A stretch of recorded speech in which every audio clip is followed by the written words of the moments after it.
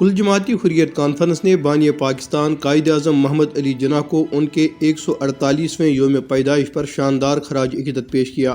کل جماعتی حریت کانفرنس کے ترجمان ایڈوکیٹ عبدالرشید منہاس نے سری نگر میں جاری ایک بیان میں کہا ہے کہ قائد اعظم ایک انتہائی دور اندیش رہنما تھے جنہوں نے برصغیر کے مسلمانوں کے لیے علیحدہ وطن کے لیے جدوجہد کی قیادت کی اور بالآخر اسے حاصل کرنے میں کامیاب ہوئے۔ انہوں نے کہا کہ کشمیری عوام تحریک پاکستان کا حصہ رہے جنہوں نے قیام پاکستان سے تقریباً ایک ماہ پہلے 19 جولائی 1947 کو مملکت خداداد کے ساتھ الحاق کی قرارداد پاس کی۔ انہوں نے کہا کہ کشمیری عوام پاکستان سے بے پناہ محبت کرتے ہیں۔ انہوں نے بھارتی قبضے کو مسترد کیا ہے اور وہ گزشتہ 77 برس سے تکمیل پاکستان کی جدوجہد کر رہے ہیں۔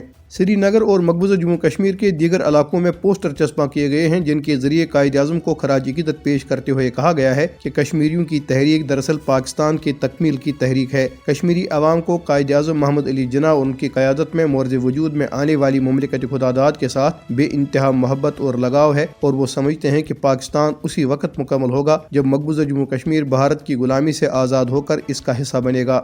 کل جماعتی حریت کانفرنس آزاد جموں کشمیر شاخ نے بانی پاکستان کو خراج عقیدت پیش کرنے کے لیے اسلام آباد میں اپنے دفتر میں ایک سیمینار کا انعقاد کیا۔ سیمینار کے مقررین نے کشمیر کاز کے لیے غیر متزلزل حمایت پر پاکستان کا شکریہ ادا کیا۔ پاسبانی حریت جموں کشمیر نے آزاد جموں کشمیر کے ضلع نیلم سے حق کی خودارادیت مہم کا آغاز کر دیا ہے۔ مہم کے شرکاء نے کنٹرول لائن پر بھارتی فوجی پوسٹوں کے قریب واقع علاقوں کنڈل شاہی، جورا، باڑیاں، سماری اور چلہانہ میں ریلی نکالی۔